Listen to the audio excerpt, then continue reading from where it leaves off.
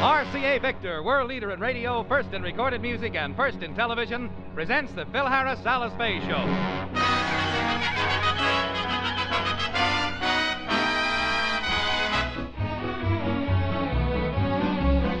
For your enjoyment, here is the Phil Harris Alice Faye Show, written by Ray Singer and Dick Chevrolet, with Elliott Lewis, Walter Tetley, Robert North, Janine Roos, Ann Whitfield, Walter Scharf in his music, and yours truly, Bill Foreman. Phil's charm has always been very persuasive with the opposite sex. Tonight he finds it a good deal more persuasive than he bargained for. More about that in a moment. But first, a word from RCA Victor.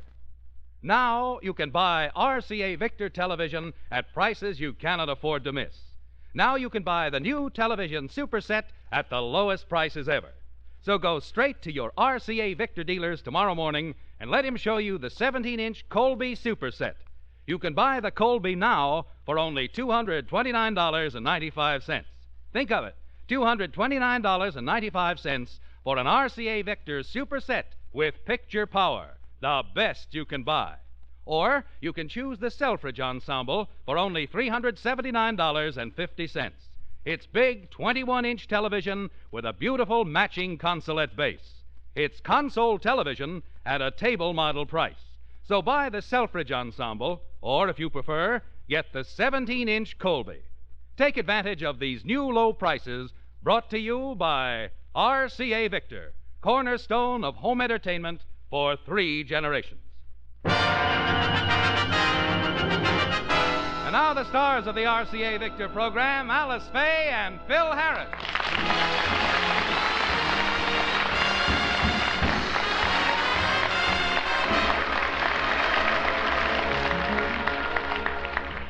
This morning, while Phil was sleeping, Mr. Scott of the RCA Victor Company called and told Alice that he was going to drop in and see Phil about a matter of importance. Phil has just come down, and Alice is relaying Mr. Scott's message to him. He didn't say what he wanted, Phil. He just said he'll tell you when he gets here. I wonder what Mr. Scott had on his mind. Could he be mad at me for something? No. What could I have done that he'd be mad about? Maybe he heard your show last week. Well, if it ain't the first daffodil of spring.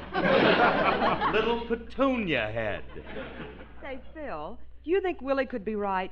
Is it possible that RCA Victor is unhappy with the way you're doing the show? Unhappy with me? Oh, Ruby, relax. Everybody says that I'm the hottest thing to hit the airwaves since Jessica Dragonetta. I wouldn't worry if I were you, Philip. If your sponsor's unhappy with you, you don't need them. Why, with your talent as a musician, you can always get another job. Oh, you think so, huh? Mm-hmm. There's a great demand for Cherokee tom-tom beaters. Oh, now, Phil, I don't think this has anything to do with your ability. But perhaps Mr. Scott is a little annoyed with your brashness. You know, you haven't been as respectful as you should be to your boss. Well, maybe I have been too irrepressible. Maybe that I have... Uh-oh, that must be Mr. Scott. Well, if it's respect he wants, I'll pour it on. Oh, good morning, sir. I'm your humble servant. Your wish is my command. Go make me a mint julep, Jeeves. Oh, it's you, Remley. Come on inside. Yeah. I thought that you were Mr. Scott, the sponsor. If you're going to be nasty, I'll go out again. What's the sponsor coming over here for? Well, I don't know. And frankly, he's got me worried. Mr. Scott may be coming over to fire me. Well, if you don't know, why look at the black side of things? Maybe his coming over here has nothing to do with your job. Maybe it's a simple thing that has nothing to do with the show. Like what? Maybe he's in love with Alice and wants you to give her a divorce. Frank, look, this is serious. The boss is... Phil, if that's Mr. Scott, why don't you... Oh, hello, Frankie. Hello, Alice. Curly seems to be worried about his job. I was cheering him up. Yeah. Phil, you're being very silly. You're building things up in your own mind without knowing what it's about. Has it ever occurred to you that Mr. Scott might be happy with you on the show? Oh, Alice, you and your wild ideas. It's not wild at all. Phil's doing a good job on the show. He's selling lots of RCA Victor products, and he's helped their business. You know, I think maybe Mr. Scott is coming over to give him a slight increase in salary. Yeah, that's it. I've helped his business, and in appreciation, he's giving me a slight increase. A slight increase? Why, that ingrate. I've tripled his business, and all he wants to give me is a slight increase. Oh, for goodness sakes, Well, Phil. I'm not going to let him get away with that. Wait till I see him. I'll tell. That must be him now. I can't wait to tell him off a slight. Good morning, Mr. Harris. You cheapskate. After all I've done for you, you have the nerve to offer me a measly $2 raise. Perhaps I'd better come back when he's sober. See you later, Harris. Oh, don't go, Mr. Scott. Please come in. Oh, very well, Mrs. Harris. Well, I'm sorry, Mr. Scott, but I'm a little excited. I can't wait to find out why you came to see me. Now, tell me, Mr. Scott, are you here to give me a raise? Oh, come now, Clyde. Well, you're not here to cut my salary, are you? No, but when I get back to the office, I'll drop it in the suggestion box.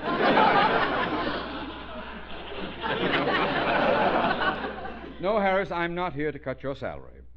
Well, then, why are you here? Why? Why are you here? If you'll shut your corn-pone mouth, I'll tell you. I'm merely here to ask a little favor of you. Oh, is that all? Well, anything you want, Sahib. Boss man, great white father. I just want to ask Hey, you... Curly, what kind of a host are you? You leave me standing in... Oh, it's the prime rib himself.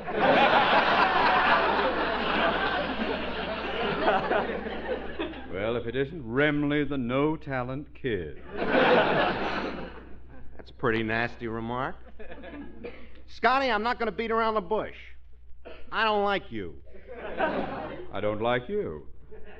I just said that. Don't be a copycat. Frankie, will you please stop? I don't want to get many beefs. Curly, you're my best friend, and I'm not going to stand by and let this old potbelly fire you. Remley, he ain't firing me. Scotty, look, pay no attention to Frankie. The poor kid don't know what he's saying. You see, his mind... You mean he's... like a bag of cashews. You see, Mr. Scott, he has a loose connection in his master switch. It's caused by the fact that he hates his father. I should think it would be the other way around. But, Mr. Scott, you wouldn't think of firing me, would you? Harris, what is this firing complex you have? Is there something wrong on the show? Have you been receiving threatening letters from the public? No, of course not. The public loves my radio show.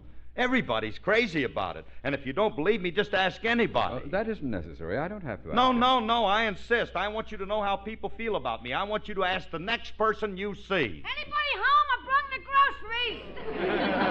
I should have my tongue tied in a knot. Mr. Scott, but don't ask Julius. And why not? A grocery boy should be a good average listener. Son, my name is Scott, and I want to ask you a few questions about Mr. Harris. I don't know what crime's been committed, but he done it, officer. Julius, he's not a cop. He's my... No prompting, Harris. I'll do the talking. Son, what do you think of the Phil Harris radio show? There is a good question. And I'm just the kid who can give you a good answer. Julius Ixnay. That show is beyond a question of a doubt about that. Oh, Julius. Hey, I just happened to think I owe you $20, kid. Here it is. Well, you don't know. Oh, of course, the 20. I'll take it. Well, now, first answer Mr. Scott's question. Okay. What was the question again, sir? I said, how do you like Harris on his radio show? I think he's the funniest man in the world.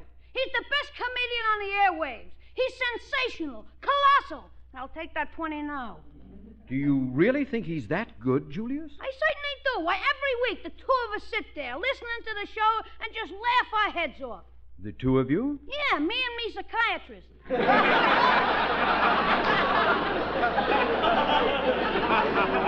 Look, Julius, this is no time to kid around. This is my sponsor. Oh, I'm sorry. Mr. Scott, I love that show and I never miss it. Well, I'm glad to hear that. How do you like the commercials? Them commercials is wonderful. You have such great products to sell. Do you ever buy our product? Oh, I'd like to, but I'm too young to drink Bach beer.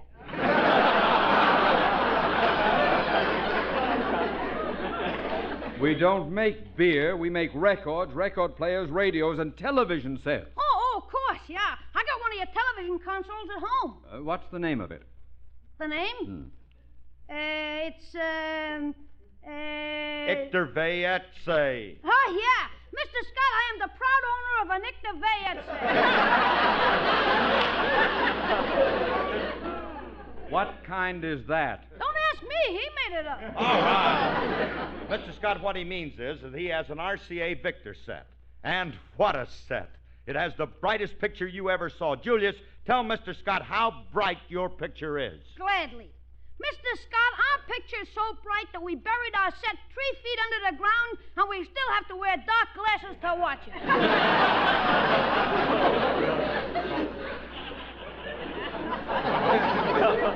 And with that unsolicited testimonial, I take my leave. Good day, gentlemen.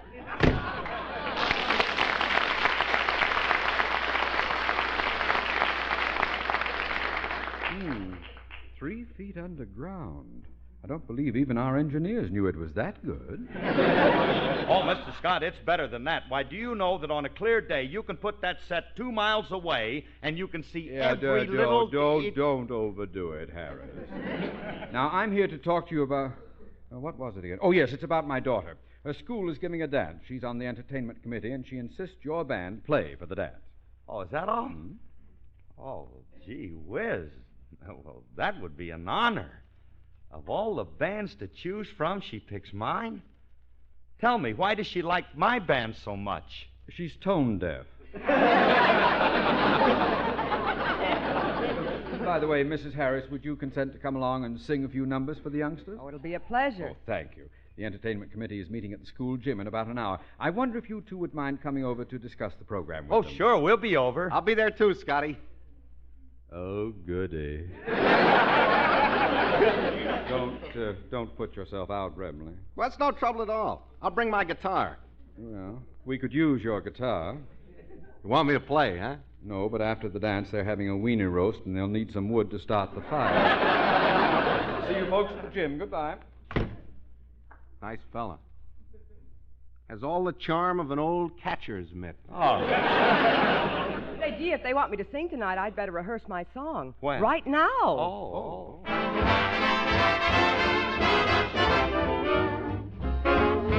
You keep me waiting till it's getting aggravating. You're a slowpoke. I wait and worry, but you never seem to hurry. You're a slowpoke. Time means nothing to you. I wait and then late again. 8 o'clock, 9 o'clock, 9:45. Why should I linger every time you snap your finger, little slowpoke? Why can't you hasten when you see the times are wasting? You're a slowpoke, dear. Why should I keep trying to change you? It's not the thing to do. I guess I'll have to learn to be a slowpoke, too. Slowpoke, why take your time? It's nearly 9:15. We'll miss that opening curtain time. You keep me waiting till it's getting aggravating. You're a slowpoke. Oh, come on, boys, get with it. I wait and worry, but you never seem to hurry. You're a slowpoke. Showtime. Time means nothing to you. I wait and then, late again. 8 o'clock, 9 o'clock, 9:45. Why should I linger every time you snap your finger? You're a slowpoke. Why can't you hasten when you see the times are wasting? You're a slowpoke, dear. Why should I keep trying to change you? It's not the thing to do. I guess I'll have to learn to be a slowpoke. Slowpoke like you.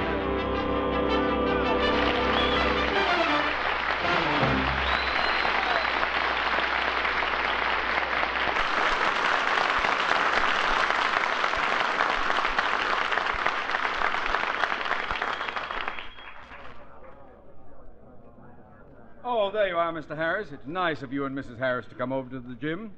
Remley couldn't make it, eh? Oh, no, Mr. Scott. He'll be here soon. He went home to get his guitar. Oh. Which one of these two lovely girls is your daughter, Mr. Scott? They're both mine. This is little Laurie. She's just 8 years old. She sort of tags along after her sister. Hello, Laurie. My, but you're a bright-looking child. Yes, but not as bright as an RCA Victor television set. The only set that has picture power and can be seen in fringe areas. No, not now, dear. Daddy, introduce me. Oh, I'm sorry. Marjorie, I want you to meet Mr. and Mrs. Harris. Hello, Marjorie.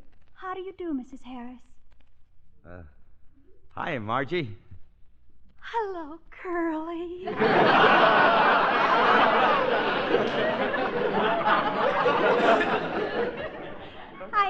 I hope you don't mind my calling you Curly, but all the kids do. Oh, that's all right. Margie, your dad tells me that you insisted on having my band play at your dance. Why did you pick me? Who else is there?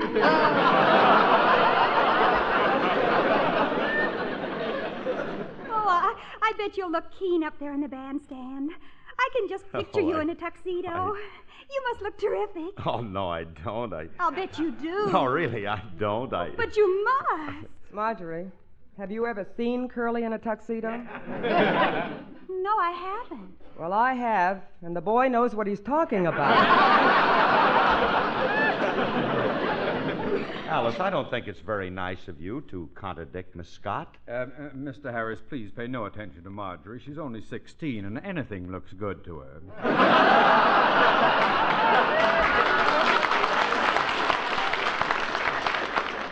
Now, why don't you and Mrs. Harris come along and meet some of the other girls? Oh, Daddy, why don't you and Mrs. Harris go alone? I want to discuss the dance with Mr. Harris. You go with Daddy, Laurie. Okay, but Margie. What? I don't think Curly's as good looking as you said he was. See you later. Poor little kid. Only 8 years old, and already she's so nearsighted. They call it stigmatism. Well, Margie, what kind of music would you like at the dance now? We can give you Dixieland, 4-beat, or how about a little bebop with a Lombardo float? It's not the dance I want to discuss, Curly. May I be brutally frank? Oh, yeah, sure. What's on your mind? I hope you won't misunderstand me, but, well, we moderns believe that curbing one's emotions can result in a serious frustration that tends to impair one's psychological development. Don't you agree? Yes. Allegorically speaking. But perusing it superficially, I find it rather rhetorical. I love algebra, don't you? Curly, I'll get right to the point. You might not believe me when I say this, but I think you're charming and handsome and the most wonderful man in the world. Yeah. But what were you going to tell me that I might not believe?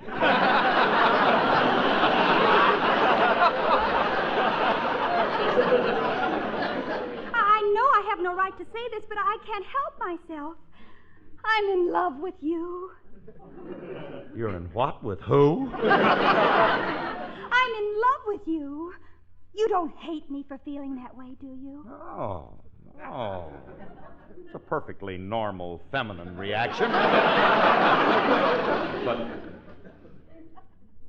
But Marge, let's face it. This is madness.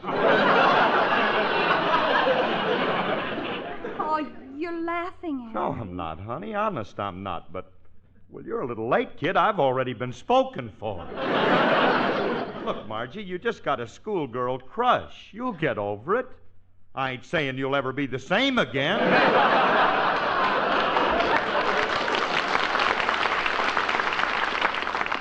But honest, honey, you'll survive. Don't you like me just a little bit? Yeah.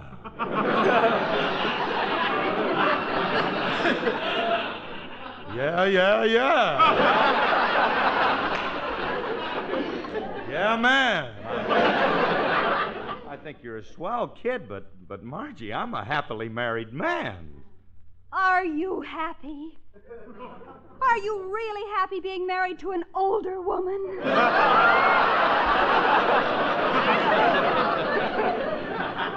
Oh, she's not that much older than I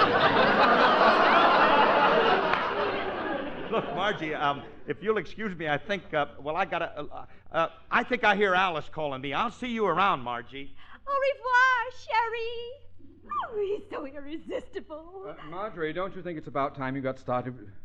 Marjorie, you look sick. What's the matter? Daddy, I'm in love. Oh, that again.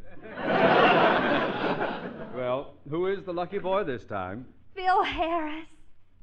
Oh, no. No. Get up off the floor. You're causing a scene. I won't stand for it.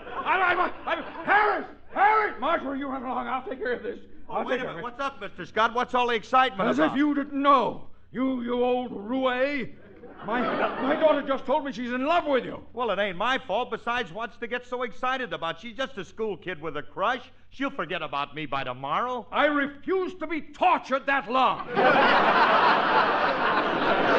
Harris, if you don't make her fall out of love with you by the time you leave here today, I'll have you barred from radio for life.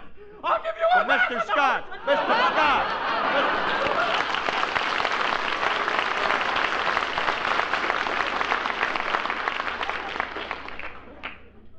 I wonder if he was in the death of a salesman.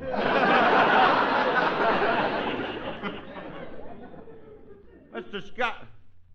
Oh, why couldn't I have been born homely? Phil, what was all the racket over here? What's Mr. Scott so mad Alice, about? am I in crying? trouble? Now, look, you've got to be sympathetic. Honey, Mr. Scott's daughter is in love with me. Oh, that poor girl. Never mind that poor girl. Think of me. Scott threatened to bar me from radio unless I can make her forget me before we leave here.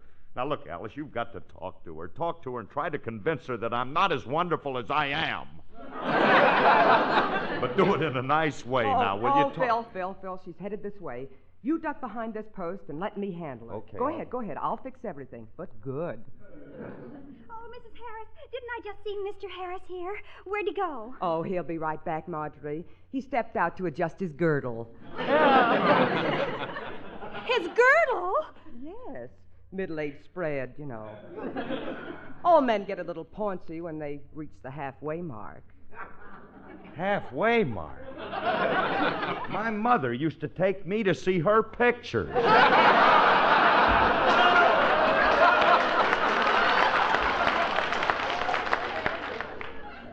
Mrs. Harris, what do you mean halfway mark? Mr. Harris can't be a day over 30. He doesn't have a wrinkle in his face. Plastic surgery does wonders. You mean he's had his face lifted? 4 times. All I did was go in and get an estimate once.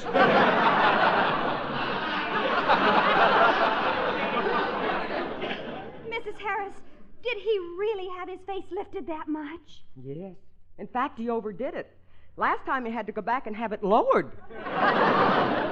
His nose was lifted so high, every time he sneezed, he blew his hat off. Oh, now she's reaching. I don't believe you, Mrs. Harris. If he were as old as you say, he couldn't sing the way he does. His voice has such a wonderful quiver. Upper plate wobble. Mrs. Harris, I'm sorry, but I don't believe a word you say. You are very fortunate to be married to such a wonderful man. And if he were mine, I couldn't talk about him the way you do. Goodbye. That's telling her, Margie. Well, Phil, you can come out now. I'm sorry it didn't work, but I tried. Oh, yeah, you tried. To hear you talk, you'd think you were married to an old Essex. Didn't do any good either. Now, Alice, how am I going to discourage this girl? I can't... Hey, wait a minute. Remley. There's the guy that can get me out of this. Good old Charlie, sorry I'm late, but I had to stop. Frankie, don't worry about it. You're just in time. Man, are you the guy I'm looking for? Remley, I'm in a lot of trouble. Now, you got to do me a big favor. Mr. Scott's daughter has fallen madly in love with me. Scotty didn't tell me he had a half-wit daughter. Must be hereditary. Please. Now, listen to me. All I want you to do is to take her off my hands. Okay. What's she look like, girl? Never mind that. Look, she's standing over there with those other girls. See her right over there? Now go over and ask her for... Just go over and say that you want to speak to Miss Scott, and then make up to her. What do you want me to tell her? Tell her anything. Tell her that you're in love with her. You can't live without her. That you want to marry her. Okay. Ah, the things I do for that guy. Oh, well, she probably won't be interested in me. She goes for Curly. She won't like the Tyrone Power type like me. No, I'll just tell her that Hello, mister. Somebody talking... Oh, you're down there. Hey, kid, maybe you can help me. Where can I find Mr. Scott's daughter? I'm his daughter. I'm Laurie Scott. You're... Oh, I gotta have a talk with Curly. Look, kid, are you sure you're Mr. Scott's daughter? Yes. I don't get it, but Curly asked me to do it, so here goes. Laurie, I'm madly in love with you, and I want to marry you. What do you say? Okay.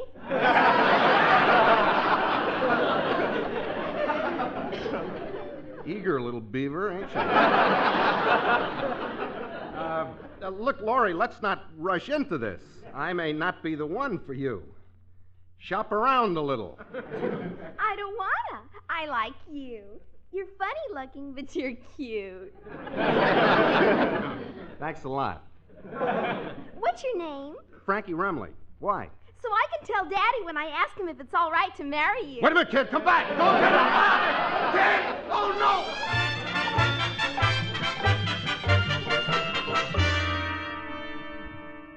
Daddy, Mrs. Harris made me realize that Curly is much too old for me, and I am no longer in love with him. Oh, thank goodness. Now I can face the world again.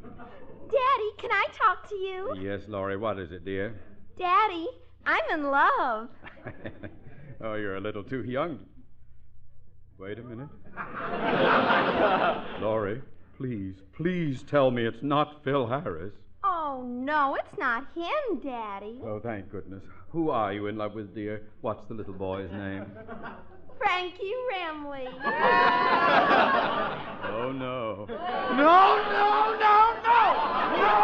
Don't throw yourself through the window. I would know.